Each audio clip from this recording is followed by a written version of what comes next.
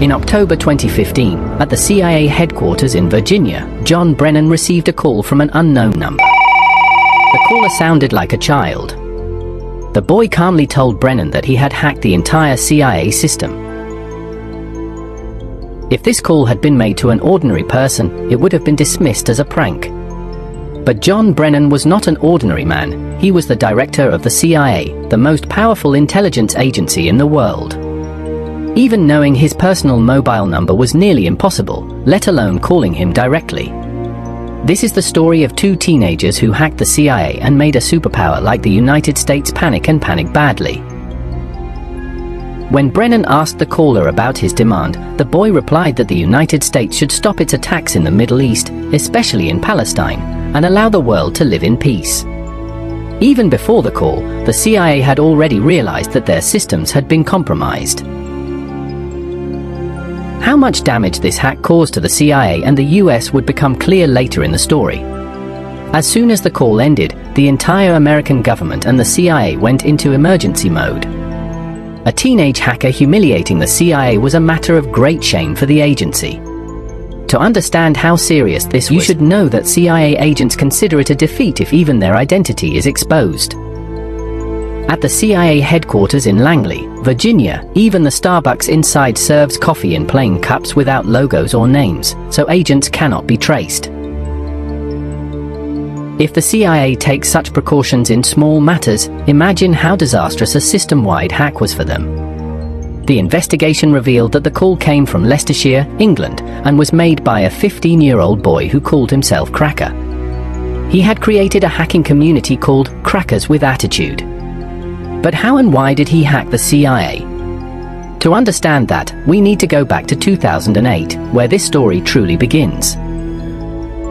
In 2008, in the US state of Virginia, there was another boy known online as Default.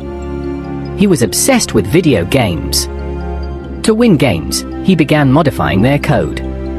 He altered games like Counter-Strike, changed the rules, and easily defeated other players, essentially creating cheats. He learned all of this from the internet. His inspiration came from the famous hacking group Anonymous, which was making headlines at the time by hacking major websites and posting political messages. Inspired, Default began hacking small websites. But he wanted to do something bigger. For that, he joined a hacking group called AnonSec, which specialized in politically motivated hacks. AnonSec used botnets, spreading malware that allowed them to control infected computers remotely. Because Default was a member, he had access to this botnet. He discovered that one of the infected computers belonged to a medical college in Canada. After some effort, Default gained access to the college's financial records.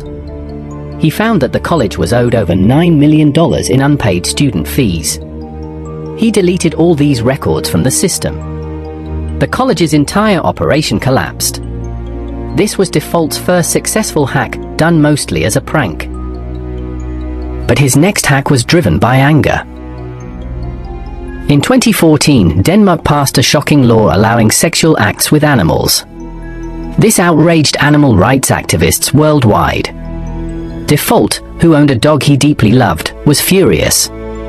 Along with his group, he hacked Denmark's official government website and posted a message exposing the law. He also used botnets to shut down websites that supported the law. The backlash was so severe that Denmark faced global condemnation. Under pressure, the Danish government reversed the law the following year. Default had succeeded, but the credit went to Anonymous, not him. This angered him, but he continued hacking silently. Default was extremely careful about his identity.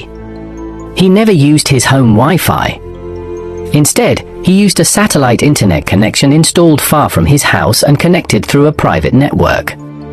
His computer took 30 minutes just to boot due to heavy security, but privacy mattered more to him. So far, you know two characters. Cracka, England. Default, USA. Before 2013, they didn't know each other. But everything changed after the Edward Snowden revelations. Edward Snowden, a contractor for the NSA, discovered that the US government was secretly collecting data on every internet user worldwide without consent. Fearing arrest or death, he fled to Hong Kong and leaked this information to journalists. The revelation shook the world. People were furious that their private data was being monitored. This event brought Cracka and Default together.